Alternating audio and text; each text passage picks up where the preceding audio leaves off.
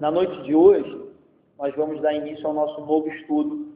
Eu falei na semana passada que nós começaríamos a estudar um catecismo novo, recém-lançado pela editora Fiel, mas que tem como base as nossas convicções de fé antigas. Falava aqui na semana passada que os mais novos talvez não façam nem ideia do que é um catecismo, mas que a Igreja Reformada, a Igreja Evangélica, há muito tempo atrás, sempre fez uso de catecismo, por entender que o catecismo é uma maneira vital de fortalecer as nossas convicções, de fortalecer a nossa fé, de gravar na nossa memória, gravar mesmo, da gente memorizar aquilo que a gente acredita, porque o catecismo, ele é composto de perguntas e respostas, e geralmente a gente aprende, a gente memoriza, a gente grava, a gente tem mais facilidade em aprender as coisas quando elas são feitas com perguntas e respostas. Isso era algo muito usado na antiguidade. As nossas crianças, e quando eu digo nossas, da Igreja Evangélica, eram catequizadas com o catecismo reformado, e você às vezes vê crianças na internet recitando perguntas e respostas com tanta clareza e tanta lucidez, e você pergunta como elas estão respondendo perguntas e respostas do catecismo. E é aquilo que eu digo aqui, as nossas crianças e até os nossos jovens e adultos, a gente aprende tanta bobagem, a gente escuta tanta besteira e às vezes se pega copiando tanta bobagem, que vale a pena a gente voltar a estudar os catecismos, voltar a estudar o básico, o beabá. Talvez alguém falar, pastor, tudo isso aí que o senhor está falando, eu já conheço, essas perguntas e respostas são básicas, mas a verdade é que a gente se desvia com muita facilidade, a verdade é que a gente se deixa levar com muita facilidade, por isso que eu entendo que a gente deve voltar a estudar os nossos pilares da nossa fé e incentivar que estejamos cada vez mais memorizando, guardando a palavra no coração, guardando na nossa mente essas verdades que são pilares da nossa fé, para que a gente não venha a ser levado por qualquer vento de doutrina, inclusive os novos, as crianças, os jovens que fazem parte da nossa igreja. Eu pedi para o Guilherme colocar para a gente aí só a pergunta, Guilherme. Coloca só isso aí. Queridos, eu coloquei aí no slide. Só falta ligar.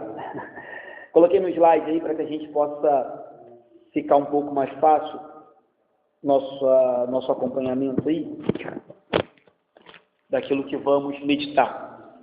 Nessas primeiras reuniões de quarta-feira, nós vamos estudar perguntas e respostas que falam sobre Deus, a criação de Deus, a queda no qual o homem caiu e a lei de Deus que vem logo após a queda para nos corrigir. Então, as nossas perguntas terão esse foco. A primeira pergunta aí dessa noite que a gente vai estudar é: qual é a nossa única esperança na vida e na morte? Aí, para que não fique só eu falando, eu acredito que é uma pergunta fácil, talvez não vai ser tão fácil formular uma resposta, mas queria que alguns irmãos tentassem responder aí. Qual é a nossa única esperança na vida e na morte? Alguém se propõe aí a...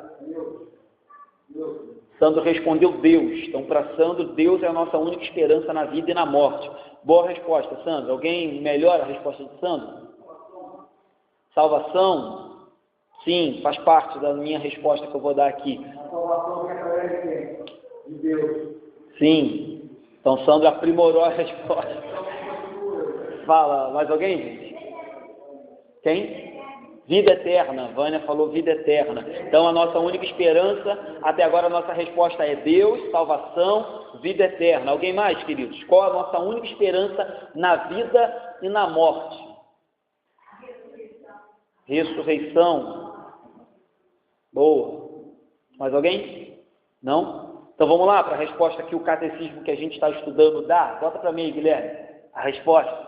A resposta é assim, azul. Diz assim: a nossa única esperança na vida e na morte é que não somos de nós mesmos. Essa é a primeira afirmação dele. Não somos de nós mesmos, mas pertencemos de corpo e alma, na vida e na morte, a Deus. Aí entra um pouco da resposta de Sandro, a nosso Salvador, entra aí um pouco da questão da salvação que Paulo falou, Jesus Cristo, como alguns falaram, vida eterna também, porque ele diz, nós pertencemos na vida e na morte, porque a pergunta diz assim, qual é a nossa única esperança na vida e na morte? E aí ele diz, a primeira resposta é que nós não pertencemos a nós mesmos. Isso é bom, porque se pertencêssemos a nós mesmos, estávamos perdidos. E aí ele diz, uma vez que não pertencemos a nós mesmos, não somos de nós mesmos, pertencemos a alguém. E aí ele diz, pertencemos não só a alma, mas corpo e alma. Todo o nosso ser pertence a alguém. E aí ele diz, na vida e na morte, isso também é importante,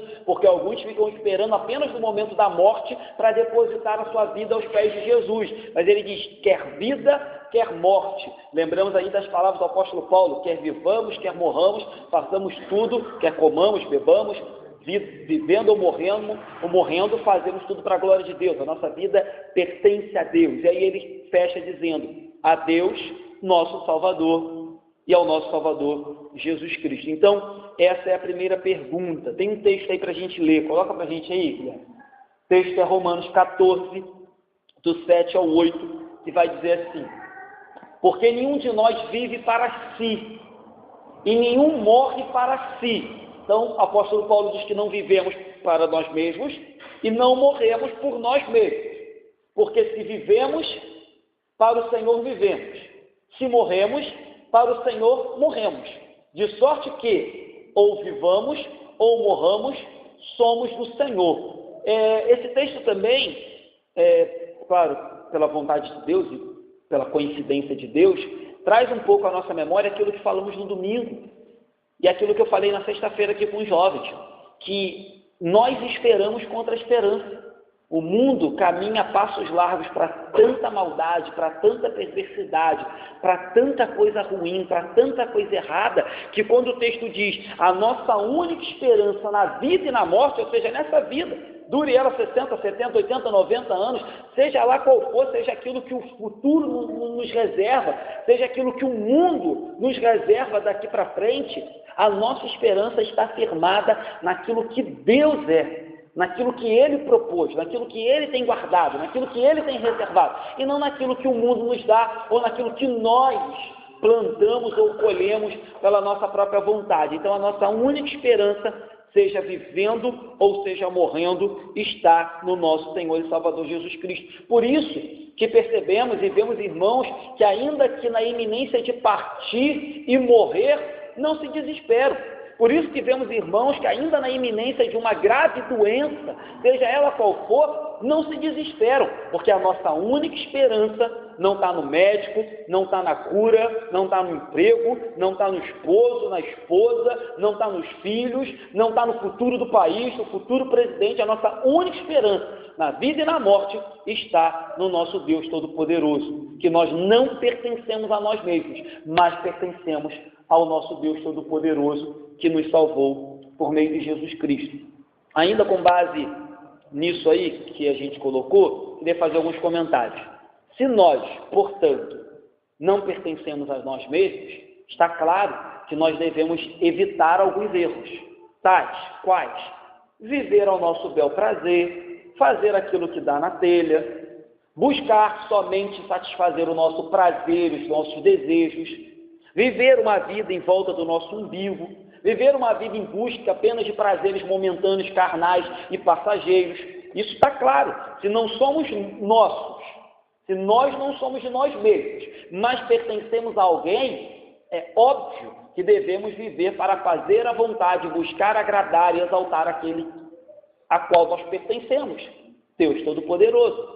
É claro que as pessoas que estão lá no mundo, a princípio não vão concordar e talvez nem vão entender isso. Mas a verdade é que todo mundo vive por um dono, queridos. Todo mundo vive para agradar um dono, certo?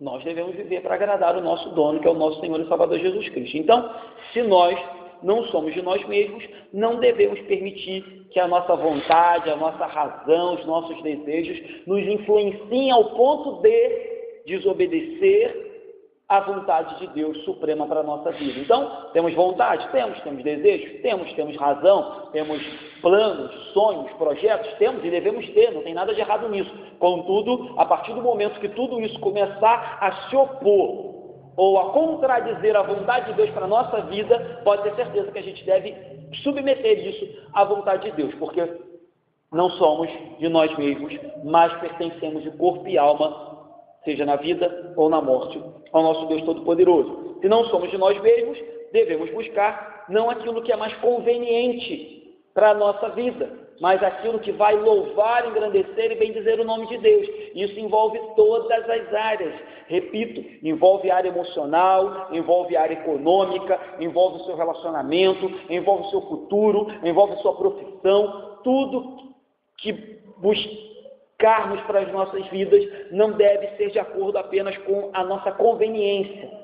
Vou ganhar muito dinheiro, vou ter uma vida agradável, vou ter uma vida boa, fulano é muito bom para mim. A pergunta é agradável a Deus? Glorifica a Deus? Louve e exalta o nome de Deus? Então vamos buscar. Agora, apenas faz coro com a minha conveniência, a gente não pode se submeter a isso. Se não somos de nós mesmos também, sempre, e já falei isso no início, que possível devemos mortificar o nosso eu, mortificar a nossa carne, para que a luz do Evangelho, o Espírito Santo, a graça de Jesus brilhe em nós, porque não é isso que Paulo também vai dizer em Gálatas, não vivo mais eu, mas Cristo vive em mim. Eu sei que isso é muito difícil, e eu confesso que é muito difícil, me coloco também nessa afirmativa, que é muito difícil viver isso, não vivo mais eu, mas Cristo vive em mim. É uma luta diária, é um aprendizado diário, é um crescimento diário, mas isso é verdade. Se eu digo que sou nova criatura, se eu digo que as coisas velhas se passaram e tudo se fez novo, eu brigo, luto, persevero, batalho a cada dia para que Jesus viva e não o eu viva, porque o eu, a gente sabe, ele é manchado pelo pecado, ele é pecaminoso, ele é tendencioso, ele sempre vai buscar aquilo que agrada a nossa carne e automaticamente desagrada a Deus.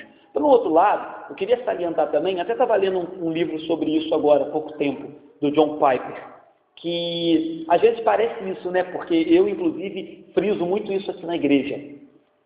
Quando o pastor fala que a gente não deve buscar a nossa vontade, que a gente não deve buscar o nosso eu, que a gente não deve satisfazer a nossa carne, o pastor também não está dizendo aqui, queridos, e eu quero deixar isso bem claro, talvez eu tenha deixado isso a entender em algumas pregações, que a gente deve ser infeliz, não, tá, gente?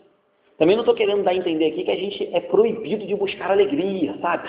Então, pastor, não posso ir no shopping, então não posso ver um filme, então não posso viajar com a minha família, então não posso ir à praia, então não posso me alegrar, não posso rir, não posso ter alegria na minha vida. Não, queridos, não é isso, pelo contrário. E aí o John Piper até falava isso, né? Ele dizia que a alegria é um dos mandamentos. Paulo diz, alegrem-se. Novamente digo, alegrem-se no Senhor. Então a alegria é um mandamento, a alegria faz parte da nossa vida, a alegria tem que influenciar e salgar toda a nossa vida. Contudo, tem que ficar bem claro que essa alegria, de novo, não pode ser motivada por desejos carnais, ilícitos e contrários à palavra de Deus. Mas também não estou querendo e nem estou chamando ninguém aqui a ter uma vida, sabe, rabugenta, rancorosa, uma vida reclamona, não é isso não, gente. Devemos sim nos alegrar, nos divertir, estar sempre felizes, até porque somos felizes por meio daquele que nos amou. Somos felizes, temos o maior de todos os motivos para sermos felizes, temos a salvação, somos amados, fazemos parte da família de Deus, éramos condenados, somos salvos, estávamos caminhando para o inferno, estamos caminhando para o céu. Temos o maior de todos os motivos, mas também não é proibido, tá, gente? O cristão se alegrar com o seu time de futebol, seja lá com o que for, tá? Não, se porventura, sempre que eu prego contra a carne, deixeis entender isso, corrijo aqui talvez a minha ênfase de um lado e esqueci de falar de outra, mas seja alegre para a glória de Deus, seja feliz para a glória de Deus, sorria para a glória de Deus, contagie os outros para a glória de Deus, conte as boas novas para a glória de Deus, tenha sempre nos lábios pronto para contar aquilo que Deus tem feito pelas nossas vidas, ainda que a nossa vida não seja perfeita, ainda que não tenhamos tudo o que desejamos, ainda que a nossa vida não seja um mar de rosas, temos e sempre teremos motivo para nos alegrar e para contar aquilo que Deus tem feito por nós. Então, queridos, se alegre em Deus. Se de um lado não somos nós mesmos, somos de Deus e devemos viver, morrer, fazer tudo para a glória dele. Se somos de Deus, a sabedoria e a vontade dele devem governar sobre a nossa sabedoria e a nossa vontade. Uma vez que a nossa sabedoria, a nossa vontade estiver de acordo com a vontade de Deus, não há problema algum em pedirmos e Ele nos concederá. Mas todas as vezes que o nosso intelecto, o nosso eu, a nossa vontade tentar sobrepor a vontade de Deus, lembre-se, eu não pertenço a mim mesmo, fui comprado por um preço valiosíssimo, por um preço caríssimo na cruz do Calvário. Ele me comprou com o seu sangue. Então, todas as áreas da nossa vida, se não somos de nós mesmos, devem sempre se submeter à vontade de Deus. Devemos lutar constantemente para que a nossa vida tenha um único alvo: glorificar ao nosso Deus bendito e adorado. Eu acredito que, claro, isso é muito difícil, inclusive eu como pastor busco isso a cada dia, mas eu acredito que é muito proveitoso quando a gente para de lutar, querendo impor as nossas vontades, e a gente entende que a vontade soberana de Deus, ela sempre vai prevalecer, e ela é sempre melhor para as nossas vidas, independente daquilo que nós queremos naquela hora. Então, acho que vai ser muito mais proveitoso. A gente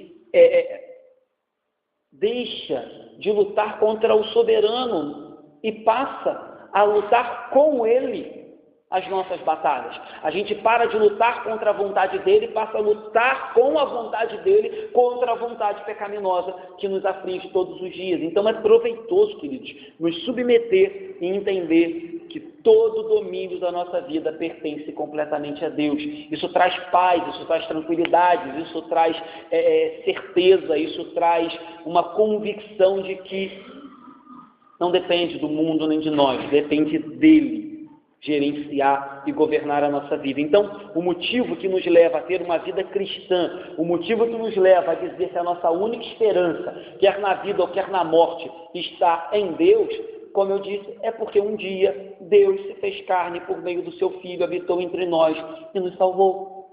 É isso que motiva a termos uma vida cristã, é isso que nos motiva, quer na vida ou quer na morte, entender que a nossa esperança está em Deus e naquilo que Ele comprou na cruz do Calvário, naquilo que Ele fez e não naquilo que nós fazemos. Então, o motivo básico para termos uma vida que agrada a Deus é entender que Ele já fez tudo e hoje eu vivo em agradecimento àquilo que Ele fez. Então, sempre que vier à nossa mente, ou sempre que alguém nos perguntar aonde está a nossa esperança, qual é a nossa esperança, qual é a nossa expectativa, a gente pode dizer, olha, não espero nada do mundo, não tenho nenhuma esperança, nenhuma expectativa dos governantes, mas a minha esperança, quer na vida, quer na morte, quer na saúde, quer na doença, quer na prosperidade, quer na escassez, quer com a família bênção, quer com problema na família, a minha esperança está firmada no meu Deus Todo-Poderoso. Eu não pertenço a mim, mas pertenço a Ele. Por isso eu não me desespero, por isso eu não entro em crise, em pânico,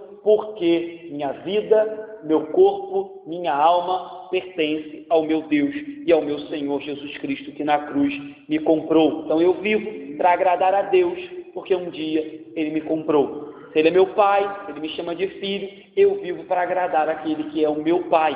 Vivo para ser semelhante àquele que é o meu irmão, que é Jesus Cristo, o Filho unigênito do Pai.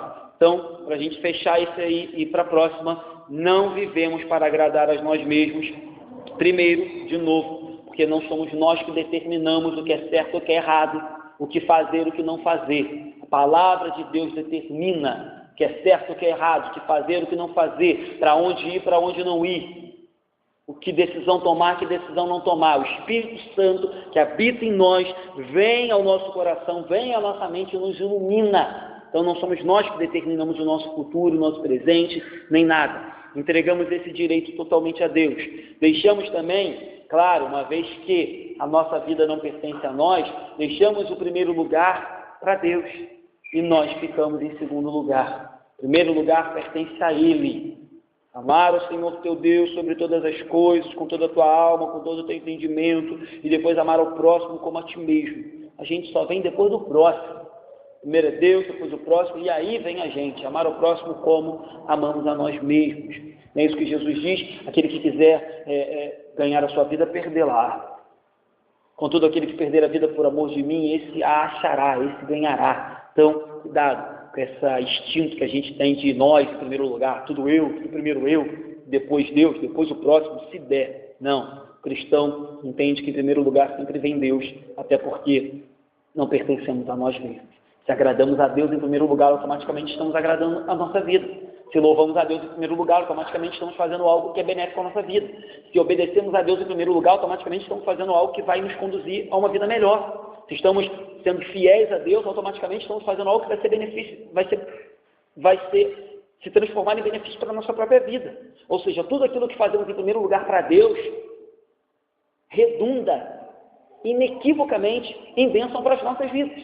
Então é uma grande tolice querer buscar coisas primeiro para a gente, porque se nós buscamos primeiro para Deus, automaticamente somos recompensados e abençoados por Ele. Não tem por que buscar primeiro para a gente. É bobagem.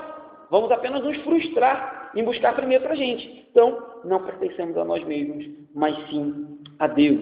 Por isso devemos nos entregar totalmente a Ele, de corpo e alma, como diz ali a resposta em azul. Não somos de nós mesmos, mas pertencemos de corpo e alma, na vida e na morte, a Deus e ao nosso Salvador, Jesus Cristo. Tem uma frase de uma mulher que disse assim: se eu soubesse que era salva pelo que eu fazia, se eu contribuísse para a minha salvação, diz ela, Deus não poderia pedir nada de mim, porque eu já teria dado minha contribuição. Aí ela diz assim: mas se fui salva pela graça de Deus, por sua exclusiva graça, então não existe nada que Ele não possa pedir de mim. Entende? Se eu fosse salvo por aquilo que fiz, ou por algo que contribuí, comprei, Deus não podia pedir nada de mim, porque eu já fiz o que deveria ser feito, comprei a salvação.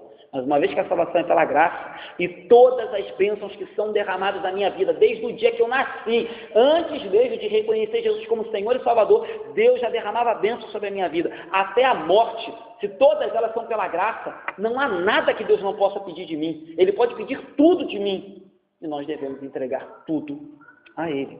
Então, não há como se relacionar com alguém que deu tudo por nós, se nós não dermos tudo por Ele, certo? É um relacionamento desigual. Ele deu tudo por nós, Jesus entregou por nós. Então, o mínimo que podemos fazer é fazer o mesmo, nos entregar por Ele. Coloquei um outro slide aí, coloca aí para mim, Guilherme, que é só para reforçar aquilo que a gente respondeu. A primeira pergunta nossa é: qual é a nossa única esperança na vida e na morte? E aí tem um outro catecismo, esse é muito antigo, acho que esse é de 1500 ou 1600, é o catecismo de Heidelberg, acho que é isso, é com H, catecismo de Heidelberg. E aí a primeira pergunta dele diz assim: qual é o seu único fundamento na vida e na morte? E aí Heidelberg usa fundamento e não esperança, mas ele vai responder mais ou menos o que a gente acabou de estudar. Só para reforçar, ele diz assim: o meu único fundamento é meu fiel Salvador Jesus Cristo.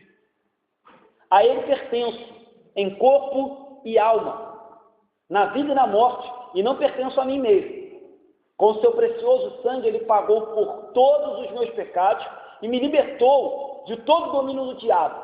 Agora, Ele me protege de tal maneira que, sem a vontade do meu Pai do céu, não perderei nenhum fio de cabelo.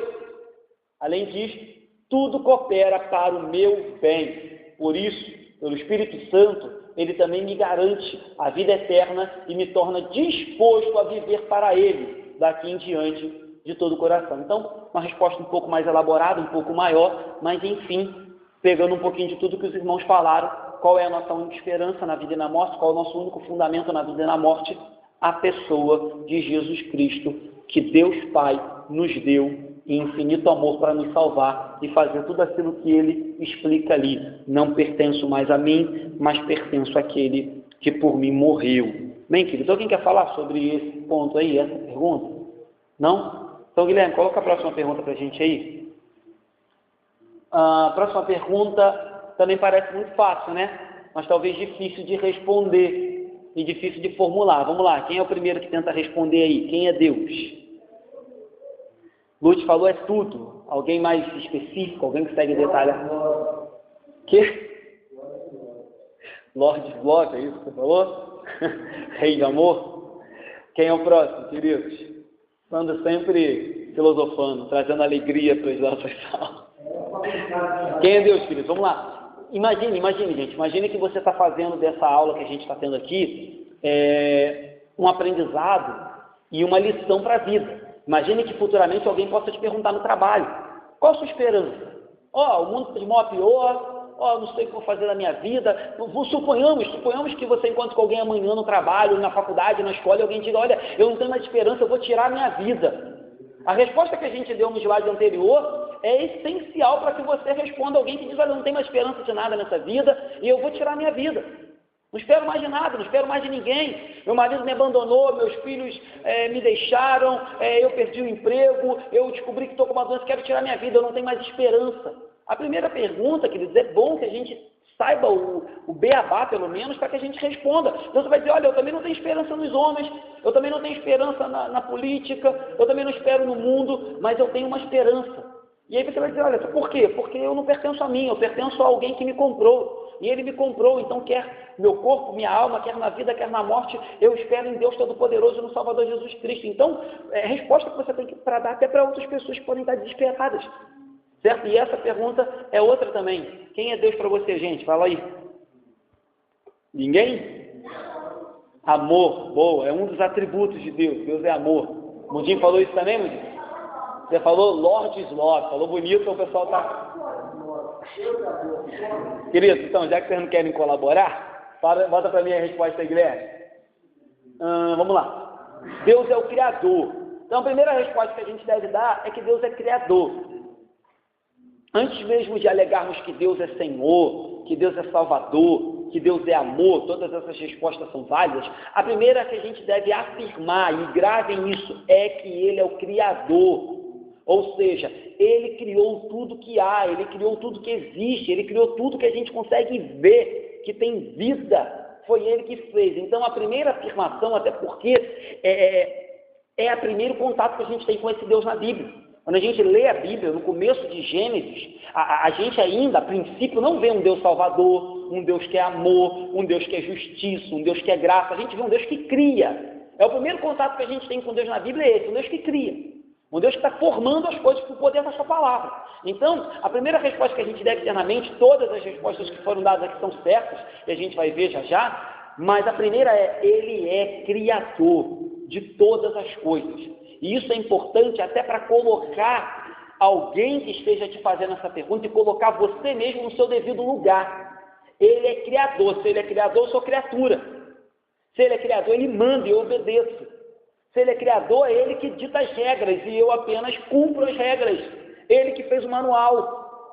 Não é isso? O camarada que faz o carro escreve o manual. O camarada que faz a televisão escreve o manual. Ele nos fez, o manual é dado por Ele. Quem diz como a gente usa é Ele. Quem diz como a gente aproveita desse corpo é Ele. Então, a primeira afirmação é: Deus é Criador. E aí a segunda: é sustentador. Essa também é importante, já falei muito sobre isso aqui na igreja, mas vale a pena repetir. Nós não servimos a um Deus que criou tudo, deu corda no mundão, cruzou as pernas, botou café na xícara e está vendo o circo pegar fogo, está dizendo: cada um por si aí agora, se virem, já fiz minha parte. Não é. Ele sustenta todas as coisas, ele sustenta, e há de nós se ele não sustentar. Eu sempre faço questão de falar isso. Eu sei que quando a gente olha para o mundão, é meio difícil. A gente fala: as coisas estão tão ruins, pastor, que às vezes é difícil ver Deus como sustentador. Mas confie em mim, se Deus não estivesse sustentando, a gente já estava pior do que Sodoma e Gomorra. Já era selva total que nós estaríamos vivendo aqui. Mas graças a Deus que Ele continua sendo sustentador. E aí o texto diz: de todos os seres humanos e de todas as coisas. Todos os seres humanos, gentios, ímpios, judeus, crentes, Deus sustenta a todos. Se Ele recolhe o fôlego de vida, ninguém vive. Ninguém vive. Desde o crente até o mais satanista. Não vive. Porque Satanás não pode sustentar ninguém. O ser humano não se sustenta por sua própria conta e risco. Deus sustenta os seres humanos e todas as coisas. E aí entra os atributos que alguns irmãos poderiam ter citado aqui e alguns citaram o caso do amor. Ele é eterno, Ele é infinito, Ele é imutável. E aí, tanto sua eternidade, infinitude e imutabilidade dizem respeito ao seu poder e perfeição também. Seu poder é eterno, infinito, imutável, sua perfeição é eterna, infinita, imutável, e todas as suas características, todos os seus atributos são eternos, infinitos e imutáveis. Deus é, sempre foi, certo? Em sua bondade e glória, em sabedoria, justiça e verdade. Aí, outro ponto muito importante da gente frisar: nada acontece exceto por meio dele e por sua vontade. Então, se ele é soberano, se ele governa, nada pode frustrar os seus planos. Tem um texto aí para a gente ler, bota para mim aí, Guilherme. Salmo 86, do 8 ao 10 e o versículo 15. Diz assim: entre os deuses não há semelhante a ti, Senhor, nem há obras como as tuas. Todas as nações que fizestes virão e se prostrarão perante a tua face, Senhor, e glorificarão o teu nome, porque tu és grande e fazes maravilhas. Só tu és Deus. Porém tu, Senhor, és um Deus cheio de compaixão e piedoso, sofredor e grande em benignidade e em verdade. Então o salmo ali é apenas para confirmar algumas características e alguns atributos de Deus que foi frisado em si. Então, querido, só para que a gente feche esse nosso estudo de hoje, com certeza nós sabemos disso, mas como eu disse no início, vale a pena frisar, relembrar e memorizar. Deus é Criador do mundo e também sustentador do mundo. Nada foge ao controle de Deus. Nada do que foi feito, nada do que se vê, nada do que existe foi feito senão por meio de Deus, do Filho, do Pai e do Espírito Santo. Então, da mesma forma que ele criou tudo de forma muito ordeira, dando dia certo para cada coisa, colocando as estrelas no firmamento, colocando o tempo certo do sol, o tempo certo da lua, colocando ordem, do mesmo jeito que ele foi um Deus ordeiro e cuidadoso na criação, ele permanece sendo um Deus ordeiro e cuidadoso hoje, ainda que o pecado, a nossa desobediência, a maldade do homem esteja corrompendo tanto a criação e fazendo tanta besteira. Não esqueça, Deus não perde. Para Deus não existe nada em desordem. Ele tem tudo sob suas mãos. Foi ele que constituiu a lei da natureza, então ele tem controle sobre ela. Ainda que às vezes a natureza se rebele e a gente veja determinadas situações da natureza, como maremoto, terremoto e outras coisas mais, Deus não perde o controle. Deus não perde. É isso que a Bíblia nos diz. A Bíblia diz que ele põe fim ao mar, que ele sustenta tudo pelo poder da sua palavra, que ele coloca limite ao mar. Então, ainda que aos nossos olhos mundanos isso pareça difícil de compreender, ele tem poder para sustentar todas as coisas e alterar, porque foi ele que fez, certo? Então, ele deu a lei à natureza, ele deu leis para a natureza, ele deu leis aos homens, então ele governa todas as coisas, ele tem tudo em suas mãos e governa de acordo com o seu querer. Então, não pense, ainda que o mundo diga o contrário, não pense que Deus perdeu o controle de nada e não pense que nós estamos à revelia. Não estamos. Existe um Deus que julga, existe um Deus que vigia, existe um guarda de Israel que não dorme. De dia e de noite ele contempla tudo que se faz debaixo dos céus e há de exigir e pedir de nós contas de tudo aquilo que nós fizemos com a criação que ele nos deu, para guardar, zelar, governar e fazer dela uma criação próspera. Felizmente, fizemos o contrário. Então, é maravilhoso falar sobre Deus, pensar nos atributos de Deus. Nós poderíamos passar aqui horas falando da perfeição, da bondade, da glória, da justiça, da sabedoria de Deus. Contudo, lembro, não é porque as pessoas citam o nome de Deus, ou não é porque as pessoas falam de Deus, que as pessoas estão falando do verdadeiro Deus. Isso, há pouco tempo eu tratei isso aqui, não sei se foi na pregação ou em outra escola dominical. Você vai conversar com algumas pessoas aí afora, as pessoas têm uma ideia de Deus completamente distorcida da ideia que a gente tem de Deus. As pessoas têm uma ideia de Deus completamente avessa à nossa. Ah, é um Deus só, pastor. Né? Algumas pessoas vão dizer, é um Deus só, mas que em religiões diferentes. Não é um Deus só, não é o mesmo Deus. O Deus que a gente crê que existe, o Deus que a gente obedece, ele é específico, ele é único. O Deus na qual as pessoas obedecem afora é um Deus misterioso, é um Deus indefinido, é um Deus mutável, é um Deus estranho. O Deus no qual nós servimos, ele se apresenta, ele diz quem ele é, ele fala por meio da sua palavra, ele simplesmente vem ao nosso favor. Ele vem ao nosso favor e fala de si mesmo. Diz quais são os seus atributos, qual é a sua vontade, qual é o seu desejo, o que ele quer, o que ele fez, o que ele faz, como ele vai julgar o mundo, como ele lida com o povo, que ele tem um filho, o que ele deseja que façamos com os filhos dele. Então, nosso Deus não é uma interrogação, nosso Deus não é a caixinha de surpresa, nosso Deus é um Deus definido, um Deus visível, um Deus conhecido. Porque ele se fez conhecido, falei muito sobre isso aqui nos outros nossos estudos. Ele se fez conhecido, ele se revelou. Então, não confunda também o Deus da Bíblia com o Deus que o mundo tem pregado, inclusive o Deus que alguns evangélicos têm pregado. Certa feita vi um pastor pregar, e aí eu compreendo que algumas perguntas que se fazem para um pastor são dificílimas, e algumas não têm nem resposta. Certa feita, uma mulher perguntou para Jonathan Edwards, o maior congregacional que já existiu, onde Deus estava quando meu filho morreu?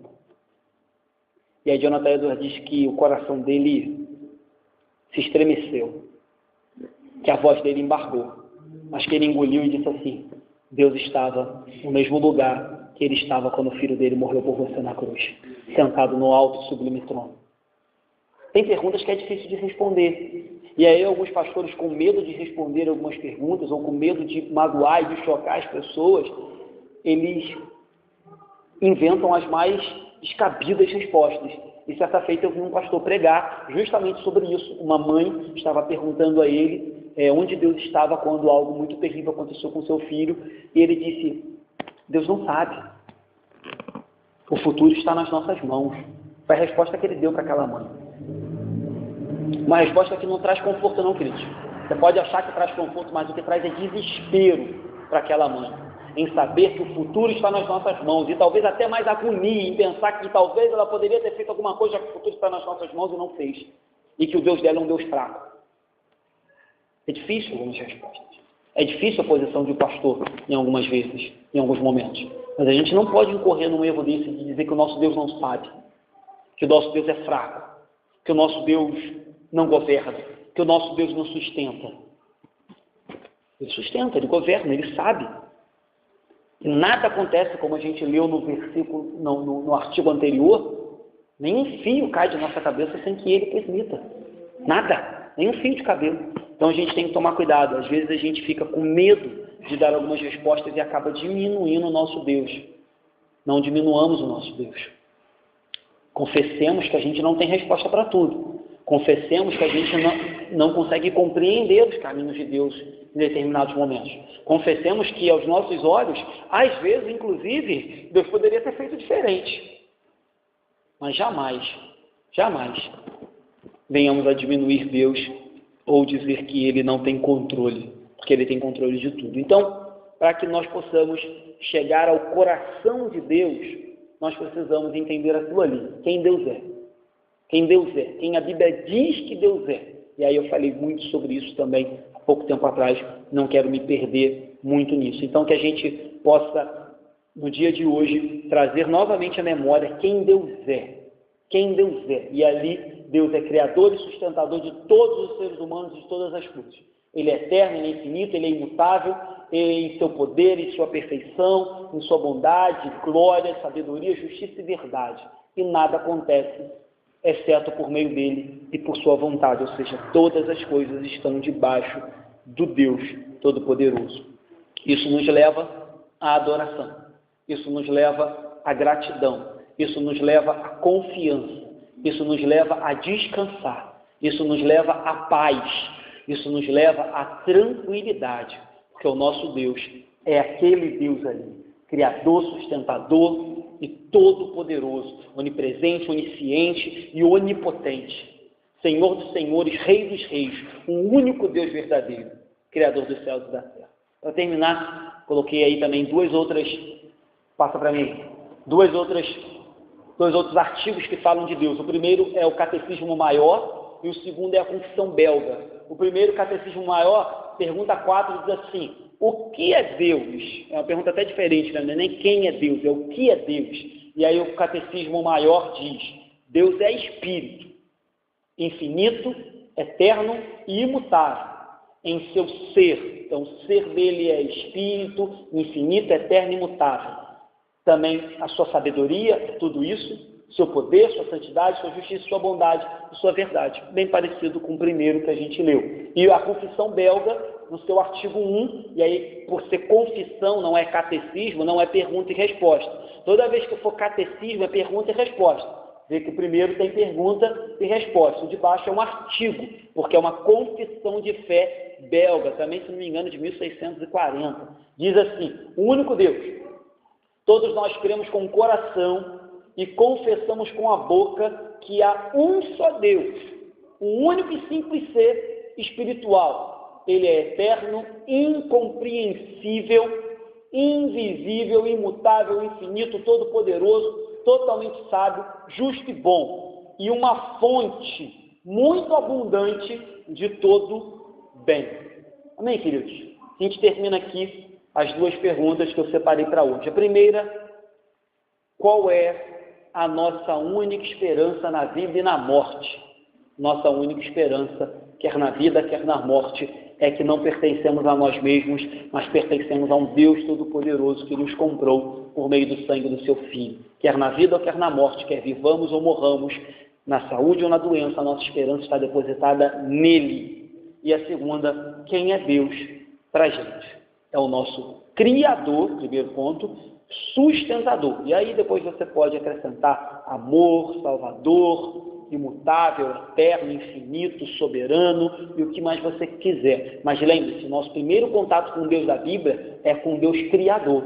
A gente tem que afirmar isso, seja onde for e para quem for. Criador, sustentador, salvador do pecador. Amém, gente?